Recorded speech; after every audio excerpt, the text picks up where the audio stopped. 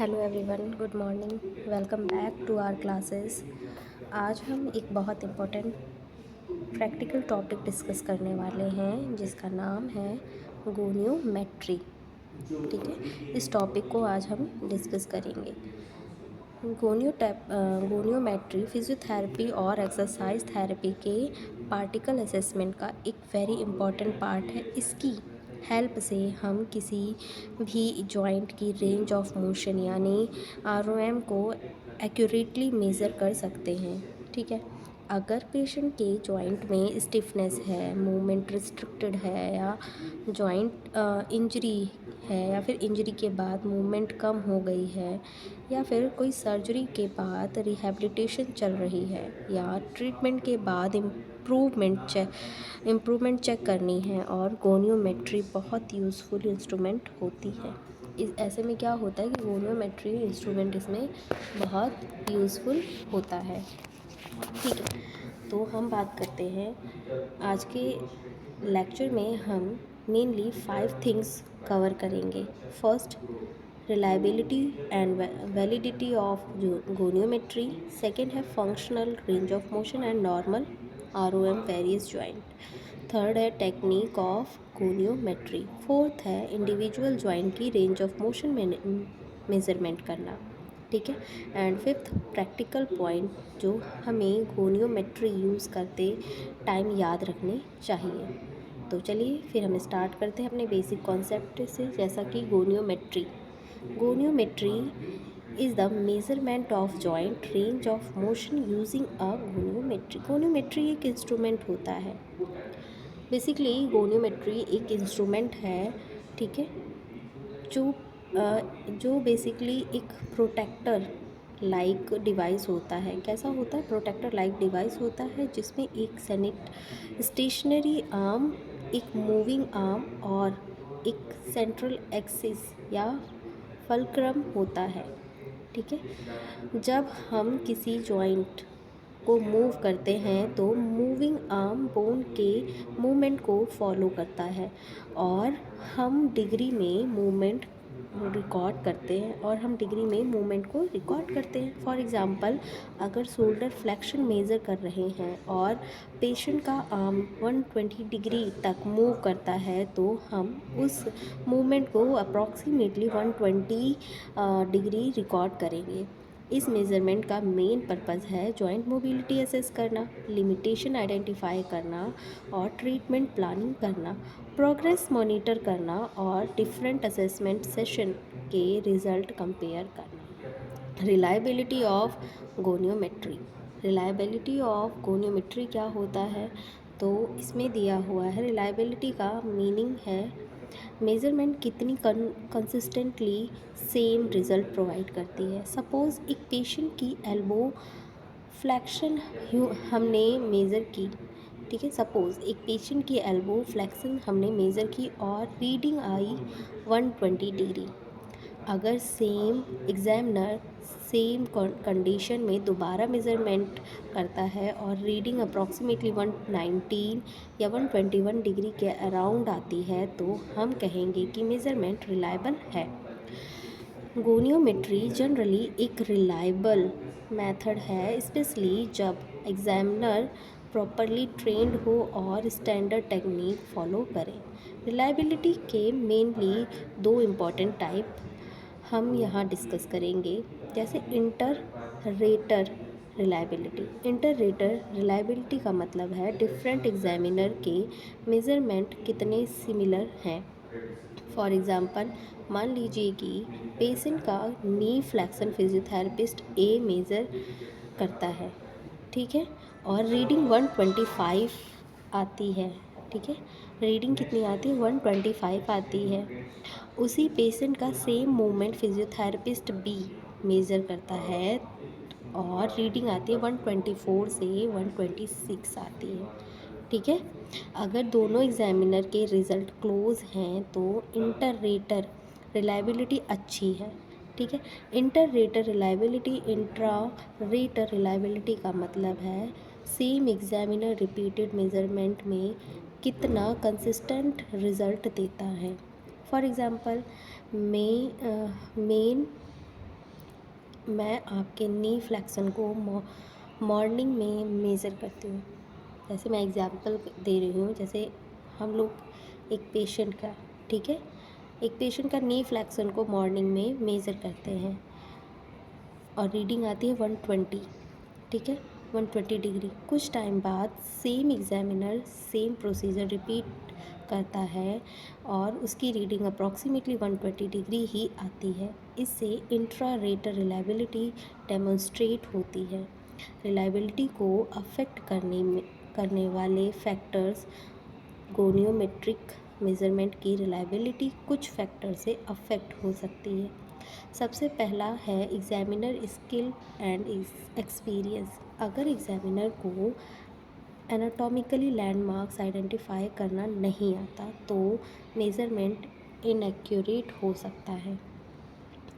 Second है patient positioning. Patient को correct position में रखना बहुत इम्पॉर्टेंट है। थर्ड है क्लियर एनाटॉमिकल लैंडमार्क्स। हमें जॉइंट एक्सेस और surrounding bony landmarks correctly identify करने चाहिए। फोर्थ है पेशेंट कोऑपरेशन। पेशेंट को मूवमेंट और प्रोसीजर समझना चाहिए। और फिफ्थ है स्टैंडर्डाइज्ड टेक्निक। अगर हर बार सेम पोजीशन, सेम लैंडमार्क और सेम प्रोसीजर यूज़ किया जाए तो रिलायबिलिटी इम्प्रूव हो सकती है। Validity of goniometry. Validity of गोनियोमेट्री, अब बात करते हैं वैलिडिटी की, ठीक है। अब आते हैं वैलिडिटी पे। तो वैलिडिटी क्या है? रिलायबिलिटी और वैलिडिटी सेम नहीं है। रिलायबिलिटी, क्वेश्चन आता है रिलायबिलिटी, हाँ, रिलायबिलिटी का क्वेश्चन है जैसे क्या मेज़रमेंट बार बार कंसिस्टेंट आ रहा है। वैलिडिटी का क्वेश्चन है क्या इंस्ट्रूमेंट एक्चुअली वही चीज़ मेज़र कर रहे हैं जिसे हम मेज़र करना चाहते हैं। गोनियोमेट्री का purpose joint range of motion measure करना। अगर गोनियोमेट्री करेक्टली यूज़ किया जा रहा है और वो एक्चुअल जॉइंट मूवमेंट को एक्यूरेटली रिप्रेजेंट करता है तो हम कहेंगे कि मेज़रमेंट वैलिड है। फॉर एग्ज़ाम्पल, अगर हम नी फ्लेक्शन मेज़र कर रहे हैं तो गोनियोमेट्री का एक्सिस नी के करेक्ट एनाटॉमिकल लैंडमार्क पर होना चाहिए। अगर एक्सिस गलत प्लेस हो गया, स्टेशनरी आर्म गलत डायरेक्शन में है या मूविंग आर्म रॉन्ग सेगमेंट को फॉलो कर रही है तो रीडिंग इनएक्यूरेट हो सकती है। Therefore proper positioning, anatomical landmark identification, stabilization and correct alignment validity के लिए वेरी इम्पॉर्टेंट है, ठीक है। नेक्स्ट है आपका, जैसे अगर मैं सिंपल वर्ड्स में अगर आपको बताऊँ आपके याद रखने के लिए, तो अगर वेगिंग मशीन हर बार 60 kg, एक मिनट,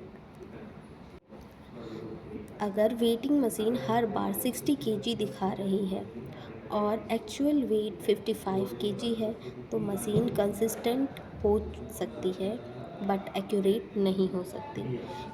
यही डिफरेंस रिलायबिलिटी और वैलिडिटी के कॉन्सेप्ट को समझने में हेल्प करता है। अब आते हैं normal range of motion and functional range of motion, ठीक है। Normal range of motion and functional range of motion में पहले देखते हैं नॉर्मल आरओएम। नॉर्मल आरओएम का मतलब है एक हेल्दी जॉइंट नॉर्मली कितनी डिग्री तक मूव कर सकता है। डिफरेंट जॉइंट की normal range of motion different होती है। लेट्स डिस्कस मेजर जॉइंट्स, जैसे शोल्डर। पहला क्या है? शोल्डर। आप इमेज में देख सकते हैं, शोल्डर में फ्लैक्शन, एक्सटेंशन, एबडक्शन और internal rotation, external rotation normal दिए हुए हैं और फंक्शनल भी दिए हुए हैं, ठीक है। शोल्डर जॉइंट बॉडी का one of the most mobile joint है, ठीक है। Shoulder flexion approximately 0 to 180 degree होती है। एक्सटेंशन कितनी होती है? 0 to 60 होती है। और अबडक्शन कितना होता है? 0 to 180। और अडक्शन होता है अप्रॉक्सीमेटली 0 to 45 डिग्री होता है। इंटरनल रोटेशन 0 to 70 होता है और external rotation approximately 0 to 90 degree पर होता है। शोल्डर की हाईली मोबिलिटी की वजह से हम अपने हैंड को बॉडी के बहुत डिफरेंट पोजीशन में ले जा सकते हैं। नेक्स्ट आते हैं हम एल्बो पे, ठीक है। अब elbow flexion approximately 0 to 150 degree पर होता है, ठीक है। और एल्बो एक्सटेंशन को कॉमनली 0 to 0 डिग्री के रेफरेंस से डिस्क्राइब किया जाता है। फोर आर्म के रोटेशनल मूवमेंट में pronation 0 to 90 degree and supination 0 to 90 degree ही होता है। नेक्स्ट है आपका wrist flexion extension radial ulnar. तो रिस्ट फ्लैक्शन में अप्रॉक्सीमेटली फ्लैक्शन में कितना होता है? 0 to 80 और एक्सटेंशन में 0 to 70 डिग्री और रेडियल डेविएशन में 0 to 20 डिग्री और अल्नार डेविएशन में अप्रॉक्सीमेटली 0 to 30 डिग्री होता है। अब आते हैं हिप पे। हिप में क्या है? फ्लैक्शन एक्सटेंशन अबडक्शन अडक्शन और इंटरनल रोटेशन एक्सटर्नल रोटेशन। इसमें भी सेम ऐसे ही डिग्रीज दिए हुए हैं। हिप में 0 to जो फ्लैक्शन है वो कितना होता है? 0 to 120 डिग्री होता है। एक्सटेंशन कितना होता है? 0 to 45 डिग्री होता है, नहीं 30 डिग्री होता है। अबडक्शन 45 होता है, 0 से 45।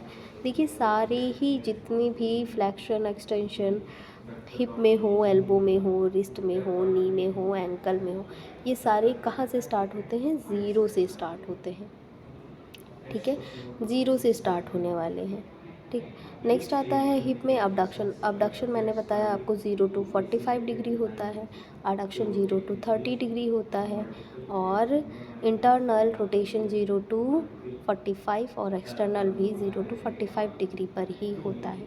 नी एंड एंकल कितने पे होता है? इनका फ्लैक्शन कितना होता है? नी फ्लैक्शन अप्रॉक्सीमेटली 0 to 135 डिग्री पर होता है। नॉर्मली नी एक्सटेंशन अप्रॉक्सीमेटली 0 डिग्री होती है, ऑल दो इंडिविजुअल वेरिएशन हो सकती है। एंकल का सेम है। एंकल में क्या होता है कि 0 to 20 डिग्री होता है फ्लैक्शन, नहीं डोर्सी फ्लैक्शन, हाँ डोर्सी फ्लैक्शन कितना होता है? 0 to 20 डिग्री। और plantar flexion 0 to 50 degree. Inversion कितना होता है? 0 to 30 डिग्री और इवर्जन 0 to 20 डिग्री होता है। ये values commonly used reference range हैं, लेकिन actual range of motion person to person vary करता है। नेक्स्ट है functional range of motion. Functional range of motion में क्या है? फंक्शनल रेंज ऑफ मोशन में डिफरेंस क्या क्या है? जैसे फंक्शनल रेंज ऑफ मोशन का मतलब है डेली एक्टिविटीज़ परफॉर्म करने के लिए रिक्वायर्ड मूवमेंट रेंज। हर एक्टिविटी परफॉर्म करने के लिए जॉइंट को अपनी complete normal range of motion use करना ज़रूरी नहीं होता। जैसे शोल्डर की कंप्लीट फ्लैक्शन 180 डिग्री हो सकती है, लेकिन डेली एक्टिविटीज़ में हर सिचुएशन में 180 डिग्री की रिक्वायरमेंट नहीं होती। सिमिलरली एल्बो की फुल फ्लैक्शन अराउंड 150 डिग्री हो सकती है, बट ईटिंग, ड्रिंकिंग या फेस वॉश जैसे एक्टिविटीज़ के लिए कंपैरेटिवली लेस रेंज सफिशिएंट हो सकती है। देयरफॉर क्लिनिकल प्रैक्टिस में सिर्फ नॉर्मल रेंज ऑफ मोशन देखना इनफ नहीं है, हमें ये भी देखना चाहिए कि पेशेंट की फंक्शनल एक्टिविटीज़ किस एक्सटेंट तक अफेक्टेड है। जैसे अगर पेशेंट का नी रेंज ऑफ मोशन रिड्यूस्ड है तो हमें ये असेस करना होगा कि पेशेंट प्रॉपरली सिट कर पा रहा है या नहीं, चेयर से स्टैंड कर पा रहा है या नहीं, स्टेयर्स क्लाइंब कर पा रहा है या नहीं, वॉकिंग कंफर्टेबली कर पा रहा है या नहीं। So functional range of motion patient के एक्चुअल डेली लाइफ फंक्शन से रिलेटेड होता है, ठीक है। अब आते हैं टेक्निक ऑफ गोनियोमेट्री। टेक्निक ऑफ गोनियोमेट्री क्या है? गोनियोमेट्री यूज़ करते वक्त कुछ सिस्टमेटिक स्टेप्स फॉलो करने होते हैं। जैसे फर्स्ट स्टेप है explain the procedure to the patient. सबसे पहले पेशेंट को प्रोसीजर एक्सप्लेन करें। पेशेंट को बताएं कि हम जॉइंट मूवमेंट मेज़र करेंगे और मेज़रमेंट के लिए जॉइंट को स्पेसिफिक डायरेक्शन में मूव करना होगा। पेशेंट को कंफर्टेबल और रिलैक्स्ड रखें। स्टेप 2 में पोजीशन द पेशेंट, मतलब पेशेंट को अप्रोप्रिएट पोजीशन में प्लेस करें। पोजीशन जॉइंट और मूवमेंट के अकॉर्डिंग डिसाइड कर होती है। नेक्स्ट है पेशेंट सुपाइन, प्रॉन, सिटिंग या स्टैंडिंग पोजीशन में हो सकता है। स्टेप 3 में है आइडेंटिफाई एनाटॉमिकल लैंडमार्क। आप एनाटॉमिकल लैंडमार्क आइडेंटिफाई करें। जैसे ये स्टेप एक्सट्रीमली इम्पॉर्टेंट है। जॉइंट का करेक्ट एक्सिस और बोन के रेफरेंस जॉइंट आइडेंटिफाई करने होंगे। स्टेप 4 में stabilize the proximal part of the joint. अब प्रॉक्सिमल बॉडी सेगमेंट को स्टेबलाइज करें। स्टेबलाइजेशन का पर्पस अनवांटेड बॉडी मूवमेंट को प्रिवेंट करना है। फॉर एग्जांपल, जैसे अगर शोल्डर मूवमेंट मेज़र कर रहे हैं तो अननेसेसरी ट्रंक मूवमेंट को अवॉइड करना होगा। ठीक है। स्टेप 5 में प्लेस द फल्क्रम। गोनियोमीटर का सेंट्रल पॉइंट यानी फल्क्रम जॉइंट के एक्सिस के अप्रॉक्सीमेटली ओवर प्लेस किया जाता है। स्टेप 6 में अलाइन दी स्टेशनरी आर्म। स्टेशनरी आर्म को फिक्स्ड बोन या बॉडी सेगमेंट के अकॉर्डिंग अलाइन करें। ये आर्म जनरली प्रॉक्सिमल सेगमेंट के रेफरेंस में होता है। स्टेप 7 में दिया है align the moving arm with the moving bone segment, मतलब मूविंग आर्म को मूविंग बोन या डिस्टल सेगमेंट के अकॉर्डिंग अलाइन करना। मूविंग जॉइंट, तो अब पेशेंट को रिक्वायर्ड डायरेक्शन में जॉइंट मूव करने को बोलेंगे। मूवमेंट को स्मूथली परफॉर्म कराया जाता है। जैसे मूवमेंट को क्या कराया जाता है? मूवमेंट को स्मूथली परफॉर्म कराया जाता है। अब आता है स्टेप 9। स्टेप 9 में आपका दिया हुआ है read the angle where the two arm meet. Read the angle, जब पेशेंट अवेलेबल एंड रेंज तक पहुंचता है गोनियोमीटर पर एंगल रीड किया जाता है। स्टेप 10 में दिया है record the measurement. Finally measurement को डिग्री में रिकॉर्ड करें। ठीक है। फॉर एग्जांपल, जैसे नी फ्लेक्शन 120 डिग्री आया है या फिर शोल्डर फ्लेक्शन 150 डिग्री। रिकॉर्डिंग के टाइम साइड भी मेंशन करना यूज़फुल होता है। फॉर एग्जांपल, जैसे राइट नी फ्लेक्शन इतना है, ठीक है, 120 डिग्री है। अब आते हैं अपने मेज़रमेंट ऑफ इंडिविजुअल जॉइंट। ठीक है, तो इसमें है शोल्डर फ्लैक्शन में दिया है शोल्डर फ्लैक्शन मेजर करने के लिए पेशेंट को जनरली सुपाइन पोजीशन में प्लेस किया जा सकता है। पेशेंट का आर्म बॉडी के साइड में रिलैक्स्ड पोजीशन में होता है। गोनियोमेट्री का एक्सेस शोल्डर जॉइंट के अप्रोप्रिएट एनाटॉमिकल लैंडमार्क के नियर प्लेस किया जाता है। स्टेशनरी आर्म को ट्रंक के रेफरेंस में अलाइन किया जाता है। मूविंग आर्म को ह्यूमरस के अलोंग अलाइन करते हैं। अब पेशेंट को बोलेंगे please raise your arm forward and upward as far you can. ठीक है, पेशेंट के आर्म को ओवरहेड ले जाएंगे। ठीक है, पेशेंट क्या करेगा? अपने आर्म को ओवरहेड ले जाएगा। अब इंड रेंज पर गोनियोमीटर रीडिंग लेते हैं। Normal shoulder flexion approximately 180 degree तक हो सकती है। एल्बो फ्लैक्शन के लिए पेशेंट सिटिंग या सुपाइन पोजीशन में हो सकता है। गोनियोमीटर का एक्सिस एल्बो के लेटरल एपिकॉन्डाइल के एरिया में प्लेस किया जाता है। स्टेशनरी आर्म ह्यूमरस के अलोंग अलाइन किया जाता है। मूविंग आर्म फोर आर्म के अलोंग अलाइन किया जाता है। अब पेशेंट को एल्बो बेंड करने को कहेंगे। इन रेंज पर रीडिंग लेते हैं। Normal elbow flexion approximately 150 degree होता है। अब आते हैं रिस्ट एक्सटेंशन पे। रिस्ट एक्सटेंशन क्या होता है? रिस्ट एक्सटेंशन मेज़र करते टाइम पेशेंट सिटिंग पोजीशन में हो सकता है और फोर आर्म सपोर्टेड होता है।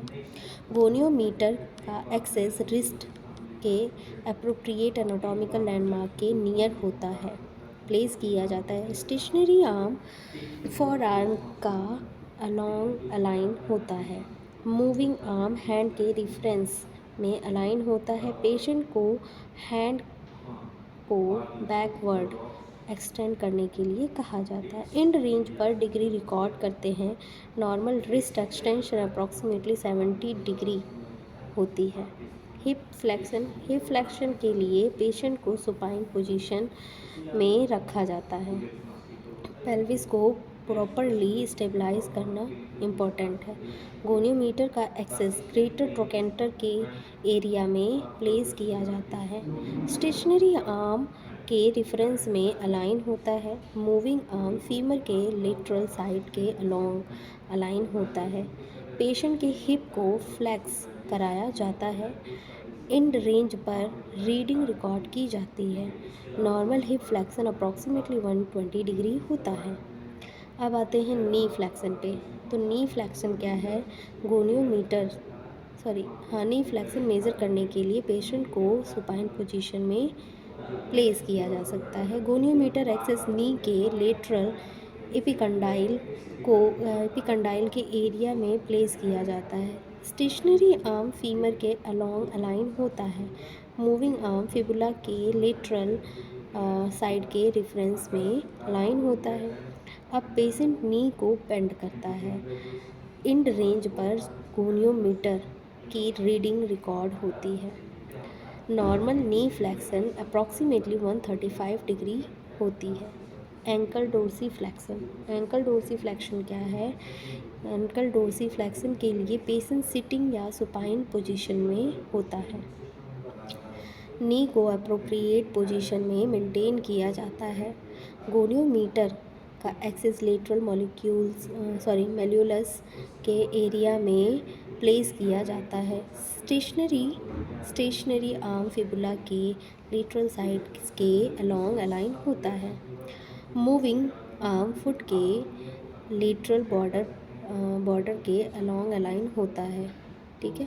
पेशेंट को फुट को अपवर्ड मूव करने को कहेंगे। इस मूवमेंट को डोर्सीफ्लेक्शन कहते हैं और इसका अप्रॉक्सीमेटली 20 डिग्री होती है। ठीक है। डोर्सीफ्लेक्शन इसका 20 डिग्री होता है। ठीक है। तो हमने ये पढ़ा कि गोनियोमीटर होते क्या है। ठीक है। गोनियोमेट्री होता क्या है? गोनियोमेट्री अब इम्पॉर्टेंट प्रैक्टिकल टिप्स अगर मैं आपको दूँ तो गोनियोमेट्री परफॉर्म करते टाइम कुछ पॉइंट्स हमेशा रिमेंबर करने चाहिए। जैसे फर्स्ट है पेशेंट को प्रॉपर पोजीशन देना है। सेकंड जॉइंट को प्रॉपरली स्टेबलाइज करना है। Third anatomical landmark accurately identify करना है। फोर्थ है गोनियोमीटर का फलक्रम करेक्ट एक्सेस पर प्लेस करें। फिफ्थ स्टेशनरी आर्म और मूविंग आर्म को करेक्ट बोन सिगमेंट के अकॉर्डिंग अलाइन करें। सिक्स्थ है अननेसेसरी कंपनसेटरी मूवमेंट अवॉइड करें। सेवन्थ है पेशेंट को कंफर्टेबल रखें। एट्थ है इंड रेंज मूवमेंट को फोर्सफुली पुश करना चाहिए। नाइन्थ है मेज़रमेंट को इमीडिएटली रिकॉर्ड करें। नेक्स्ट है आपका एंड फाइनली अगर नेसेसरी हो तो मेज़रमेंट रिपीटेड करें रिज़ल्ट कंफर्म करने के लिए। ठीक है। सो स्टूडेंट्स, आज हमने गोनियोमेट्री को डिटेल में डिस्कस किया। हमने सबसे पहले समझा कि गोनियोमेट्री जॉइंट रेंज ऑफ मोशन को डिग्री में मेज़र करने की टेक्निक। ठीक है। देन हमने रिलायबिलिटी डिस्कस की। रिलायबिलिटी का मतलब है मेज़रमेंट की कंसिस्टेंसी, रिलायबिलिटी में डिफरेंस एग्जामिनर के रिज़ल्ट कंपेयर होते हैं, वाइल इंट्रा रेटर रिलायबिलिटी में सेम एग्जामिनर के रिपीटेड मेजरमेंट कंपेयर होते हैं। ठीक है, फिर इसके बाद देन हमने वैलिडिटी समझी, वैलिडिटी क्या होती है। ठीक है, सो हमने अपना गोनियोमेट्री कंप्लीट कर लिया क्लास। ठीक है, इसी के साथ आपकी यूनिट 3 भी कंप्लीट हो गई है। तो हम अपनी नेक्स्ट क्लास में मिलते हैं। Thank you class.